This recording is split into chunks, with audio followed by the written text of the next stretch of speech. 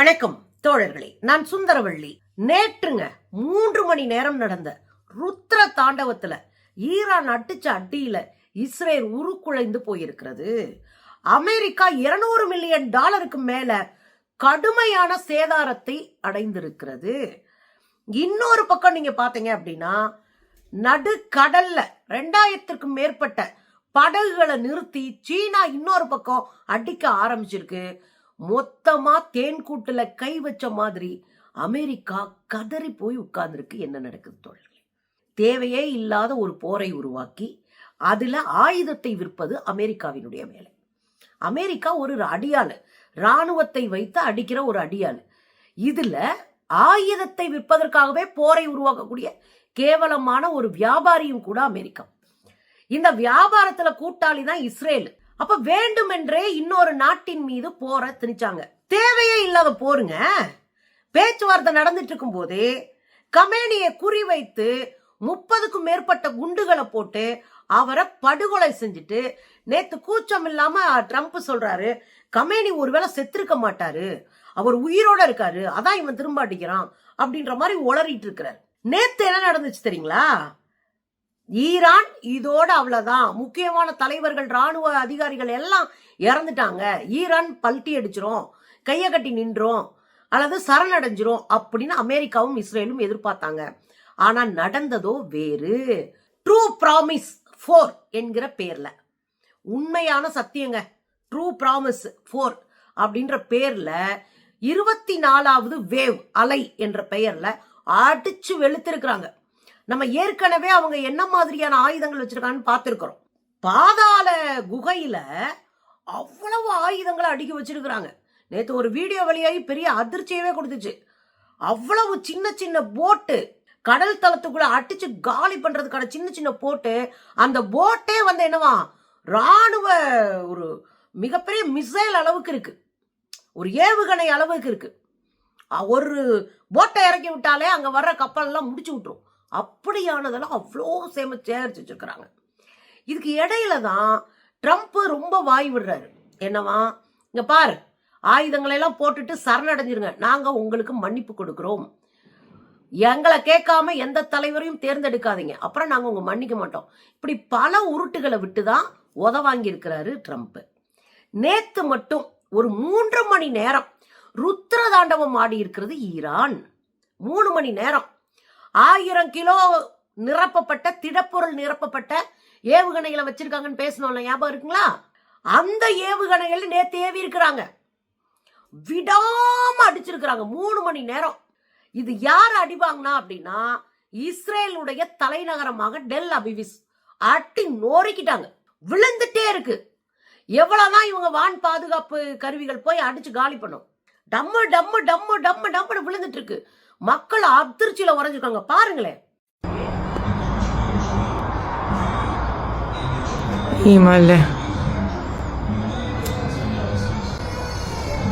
விழுந்தா இவன் கொஞ்சத்தை அடைக்க பாக்குறான், இந்த பக்கம் விடாம தாக்குதல். 3 மணி நேரத்துல ஏராளமான ஏவுகணைல ஏவுனதுல உரு குலைஞ்சு போச்சுங்க. அந்த நகரமே உரு குலைஞ்சு போச்சு.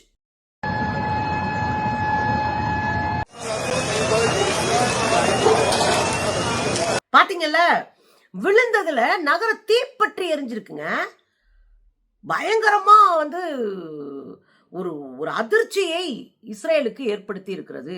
ஏற்கனவே இஸ்ரேலுடைய அதிபருடைய பேச்சவே காண கடந்த ஒரு வாரமாவே ஈரான் என்ன பண்ணிருச்சு, நெதன்யாகுவுடைய அலுவலகத்துல குண்டு போட்டிருக்காங்க.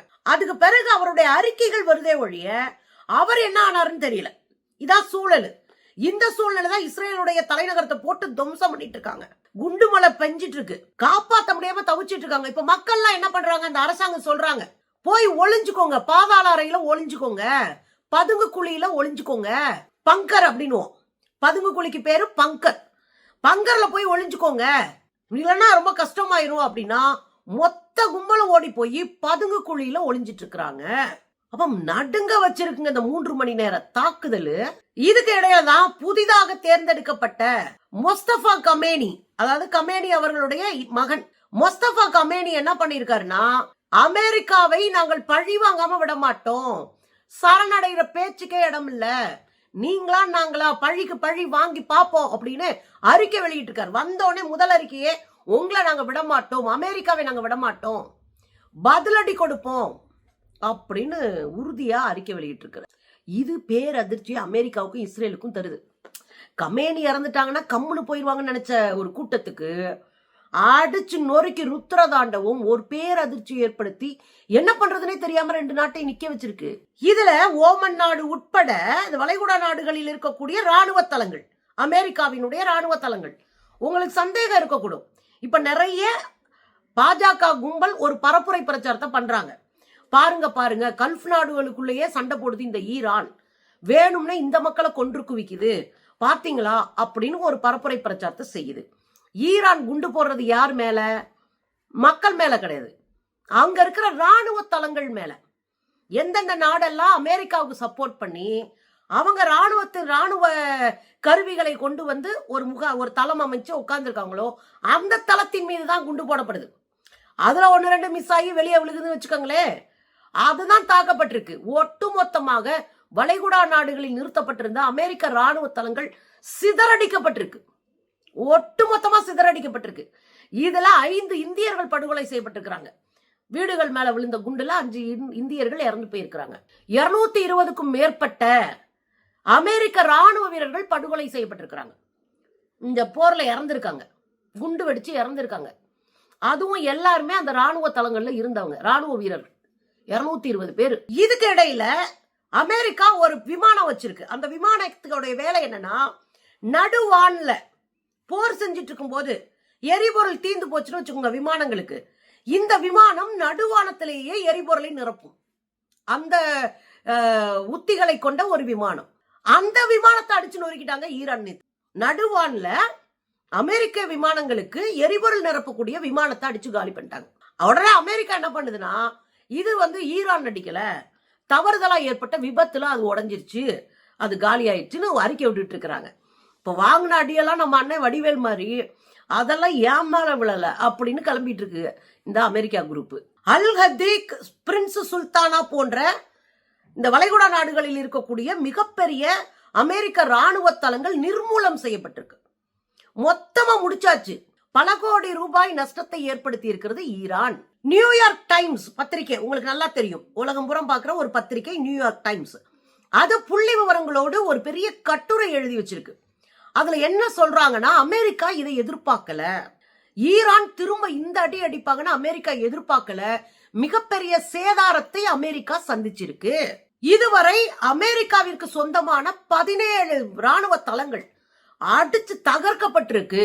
17க்கும் மேற்பட்ட ராணுவ தளங்கள் தகர்க்கப்பட்டிருக்கு. அமெரிக்கா சொல்லுவாங்க, அப்புறம் இஸ்ரேல் சொல்லுவாங்க, நாங்களாம் வான்வெளி பாதுகாப்பு தடுப்பு இருக்குல்ல, அது நாங்க வலிமையானவர்கள் அப்படின்னுவாங்க. இந்த வான் பாதுகாப்பு தடுப்புகளை தகர்த்தெறிந்திருக்கிறது ஈரான். நியூயார்க் டைம்ஸ் அந்த பத்திரிகை விலாவாரியா எழுதுது, வான்வெளி பாதுகாப்பெல்லாம் தகர்த்தெறிஞ்சிட்டாங்க, காலி பண்ணிட்டாங்க அப்படின்னு எழுதியிருக்கு. இதெல்லாம் எப்படி கண்டுபிடிச்சாங்க? செயற்கைக்கோள் புகைப்படங்கள், அமெரிக்கா அதிகாரப்பூர்வமா வெளியிட்ட ஆதாரங்கள் அடிப்படையில இவை செய்யப்பட்டிருக்கிறது, இது எழுதப்பட்டிருக்கிறது. இதுக்கு இடையில தூதரகங்கள், ராஜதந்திர அலுவலகங்கள் எல்லாமே மூடப்பட்டிருக்கு. கல்ஃப்ல அமெரிக்காவினுடைய தூதரகங்கள் எல்லாமே மூடப்பட்டுருச்சு. அவங்க வேலையை அங்க நடக்க முடியாத அளவுக்கு மொத்தமா அடிச்சு காலி பண்ணியாச்சு. ஏற்கனவே நீர்வழித்தடங்கள் அடிச்சு மூடப்பட்டிருக்கு, உங்களுக்கு ஞாபகப்படுத்துறேன். அப்படி மொத்தமா அப்படி லாக் பண்ணிருச்சு ஈரான். அப்போ ஹார்மோஸ் நீர்வழி பாதை அடைக்கப்பட்டு ஒட்டுமொத்தமாக பொருளாதார ஒரு சிக்கலை ஏற்படுத்தி இருக்கு உலக நாடுகளுக்கு ஈரான். இதெல்லாம் ஒரு பக்கம் இருக்கும்போது அமெரிக்கா நேற்று தெனாவட்டா பேசியிருக்கிறாங்க, குழந்தைகளை கொன்றது நாங்கள் தான். என்னவா 150க்கும் மேற்பட்ட 160க்கும் மேற்பட்ட குழந்தைங்களை கொன்னது நாங்க தான், தெரியாம நடந்துருச்சு அப்படின்னு நேற்று அமெரிக்கா அறிக்கை வெளியிட்டிருக்கு. எவ்வளோ பெரிய வன்மம்னு பாத்துக்கங்க. குழந்தைகள் இருக்கிறதெல்லாம் தெரியாம தான் அடிச்சாங்களா? ஹமேனி இருக்கிற இடம் தெரிஞ்சுதானே அடிச்சீங்க? அப்ப அடுத்த தலைமுறையை நாங்க கொலை பண்ணுவோம், உங்களை நிர்மூலப்படுத்துவோம், உங்களுக்கு தலைமுறையற்ற சமூகத்தை உருவாக்குவோம் அப்படின்றதா அதுக்குள்ள இருக்கிற அரசியல். இதைத்தான் தொடர்ந்து இஸ்ரேல் செஞ்சுக்கிட்டே இருக்கு. பாலஸ்தீனத்துல இதான் பண்ணாங்க, குழந்தைகளையும் பெண்களையும் குறி வச்சு அடிச்சாங்க. காரணம் என்ன? அடுத்த தலைமுறையை காலி பண்றது. நீங்க வளர்ந்து வந்து அடுத்து தலையெடுக்கிறதுக்கு ஒரு 50-100 ஆண்டுகளை ஆக்கி விட்டு போறது. அதுதான் இந்த வேலை. அதனுடைய அடிப்படையில் தான் இன்னைக்கு இந்த குழந்தைங்க கொலை செய்யப்பட்டிருக்கிறாங்க. இதுக்கு இடையில துபாயோடைய விமான நிலையத்துல எனக்கு குண்டு வீசப்பட்டிருக்கு. ஈரான் தான் போட்டிருக்கு. துபாயோடைய விமான நிலையம் சேதப்படுத்தப்பட்டிருக்கு. அது ரொம்ப பெரிய விமான நிலையம். நாம 1 வருஷத்துக்கு முன்னாடி தான் போயிட்டு வந்தோம் அங்க ஒரு தமிழர் மாநாட்டுக்காக. முடிஞ்சிச்சு, விமான நிலையம் சிதைச்சு விட்டாங்க. இதுக்கு இடையில சீனா ஒரு வேலையை பார்த்து வச்சிருக்கு. என்ன? திடீர்னு சீனாவுடைய கடல் பகுதியில, கிழக்கு சீன கடற்கரையில ஒரு 400 கிலோமீட்டர் தூரத்துல நடுக்கடல்ல 2000க்கும் மேற்பட்ட படகுகள் நிறுத்தப்பட்டிருக்கு. இது அமெரிக்காவினுடைய நாசா இருக்குல்ல, ஏவுகணையெல்லாம் ஏவுற இடம். இந்த நாசா சேட்டிலைட்ல பார்த்திருக்கிறாங்க. சேட்டலைட்ல பார்த்தா 2000 படகுகளை கொண்டு வந்து நடுக்கடல்ல நிப்பாட்டி வச்சிருக்கு சைனா. இதுல 2 கதை. ஒன்று, 3ஆம் உலக போருக்கு சீனா தயாராக இருக்கிறது, அதிகார போட்டியில நீயா நானான்னு பார்ப்போம் அப்படின்னு சீனா இறங்கியிருக்கு ஒரு பக்கம். இன்னொரு பக்கம் அந்த பகுதியில போகிற கப்பல்கள், அந்த பகுதியில போற பொருள்கள் எல்லாம் தடுத்து நிறுத்துவது. இது ஒரு பெரிய பொருளாதார சிக்கலை உருவாக்குனாதான் மற்ற உலக நாடுகள் வாய் திறந்து பேசும். இது செய்யாதீங்க, போரால பெரிய அளவுல பாதிப்பு வந்துருச்சு அப்படின்னு வாய் திறந்து பேசும். இல்லாட்டினா அமெரிக்காவுக்கு கை கட்டி நிக்கும். இப்படிப்பட்ட பொருளாதார பிரச்சனையை உண்டு பண்ணணும்னா அந்த பகுதியில போகிற கப்பல்களை தடுத்து நிறுத்தணும். ஜப்பான், பிலிப்பைன்ஸ், தைவான் இந்த நாடுகளுக்கெல்லாம் அந்த பகுதியில தான், அதாவது சீனாவினுடைய கிழக்கு கடற்கரை அந்த பகுதியில தான் இவங்க போகுது, இந்த கப்பல்லாம் போகும்.